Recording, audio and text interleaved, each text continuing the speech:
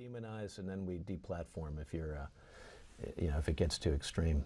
Well, and this leads to your newest book, like brand new, I believe, called Privatized Planet, which I had a chance to take a look at when you sent it to me a week or two ago. How does this new book kind of fit into the matrix here of your work? Well, while all this frankly nonsense is going on, the elites are getting on with the task of privatizing everything. Every public service, public land is getting privatized, whether it's resources in third world countries like mineral mines or whatever, through these complicated so-called free trade agreements. There are provisions in almost all of them to privatize. We're told that free trade agreements are designed to, lower tariffs, and in most cases, I know there are some exceptions now, like with Trump raising tariffs on China and so on, but in most cases, tariffs are already pretty low.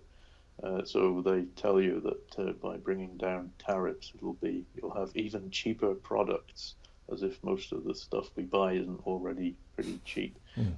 That's just deception. If you read the documents, and they're very boring legalese, but you find all sorts of incredible stuff in there about protecting intellectual property so that drug companies can keep their products off the market for years to artificially inflate prices and wait till other people invent the same thing and then steal their patents, stuff like that. Well, one of the things you do quite brilliantly in this new book, Privatized Planet, is to go and read a number of these trade agreements and look at the language, and you really do a nice job of kind of revealing that. I mean, most people don't have the time or inclination to do that, and these are agreements that are essentially rejiggering the entire global economy. Can you talk a bit about, because we bring this up with my students in classes, the notion that these so-called free trade agreements are really about multinational corporations superseding the power of national governments to protect and regulate various industries on behalf of public health and wellness.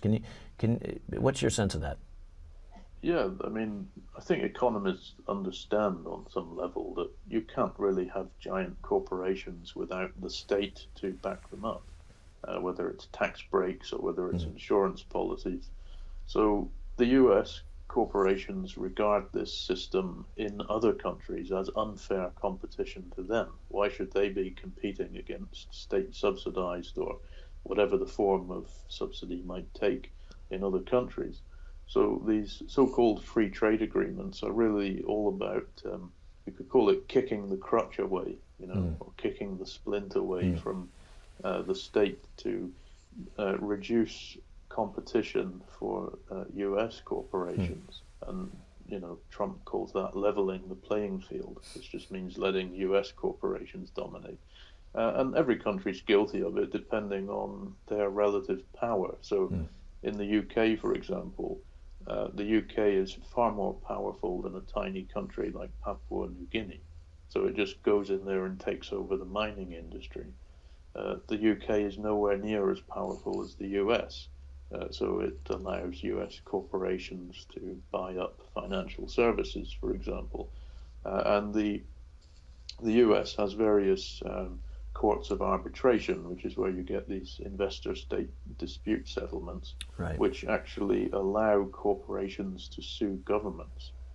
And the US Office of the Department of Trade brags on its website that we've never lost an ISDS case, and they say that it's gunboat diplomacy. So whereas the British would go into an African village in the 19th century and just fire this, what was then modern technology, to kill as they called them, the savages, that's gunboats. The US does the same with these courts of arbitration, so that it's essentially when corporations or when governments try and raise concerns or cases against US corporations for unfair competition, they can then hold these cases in US-based secret courts. Gunboat diplomacy with lawyers. Yeah, exactly. And that's the phrase they use on their own Well, that's right. off-trade I remember reading. Yeah, website. it's quite brazen, actually. And perhaps an extreme example is that we were to take a country by country analysis and look at kind of the role of central banking and kind of driving forward this neoliberal global model. Maybe, I don't know if it's the best example, but certainly the case of Greece, I think it's sort of an interesting example. Yanis Varoufakis, the former Greek finance minister who stepped down after he realized what he was up against, I think, in the form of the central, I like to call them the central banksters, out of Brussels, I guess. Has been sort of on a global, let's kick the can on this tour. But I think countries in Europe, including England, I think are really struggling with this. I've been watching the Scottish secession movement quite closely, and the Scots want to secede from the UK because they want to stay in the EU. Now that the Brexit vote was supported by a narrow majority of Britons. But what's your sense, and I guess maybe last question for us to ponder today, what's your sense of kind of the solutions and or challenges to this privatized planet of real fake news and authoritarian neoliberal leaders like your Donald Trumps who are popping up seemingly everywhere. Our solution, of course, at Vermont Independent is kind of radical decentralization. So we need to reclaim control over our financial matters, over our energy and food production, to bring everything much closer to home and much more within our sovereign control seems to be the best systemic response in our mind. But of course, that requires a collective political will. And I think a lot of people out there are trying to figure out what the hell's going on. What's your take in terms of solutions? What do we do about this? Yeah, local sovereignty and secession movements are really important, because if you look at public opinion polls of why do you hate the government, it's usually, well, we don't have any control over our lives.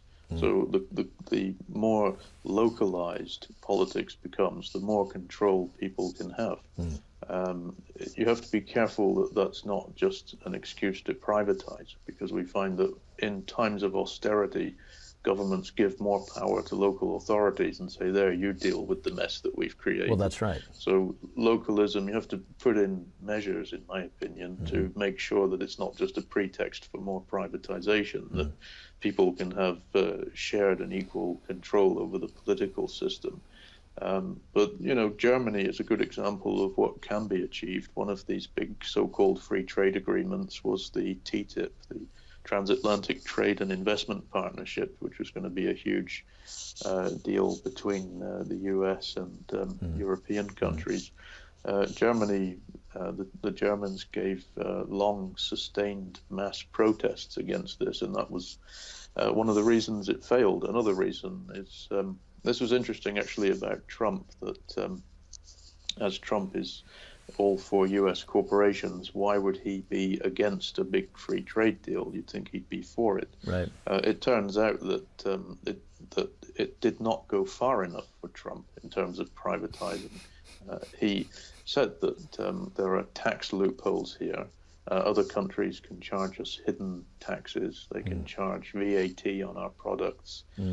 So that was the reason that Trump backed out of it. But he was able to sell that to the public as, I'm against globalism. I'm looking out for US interests. So that was more deception.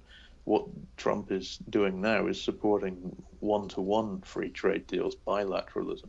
But that's just as bad as multilateralism. It's working on this free trade, so-called, from the bottom up. So that's how NAFTA and CAFTA and all the others began. They began as bilateral deals. So you have to be also careful not to be deceived by that. And any kind of, whether it's a multilateral deal like the TPP or the TTIP or NAFTA, or whether it's a bilateral deal, the ordinary people are going to be screwed regardless. Yeah, so returning transparency and small d democracy and economic sovereignty and perhaps political sovereignty to smaller political units of people, citizens, I think is the way to go.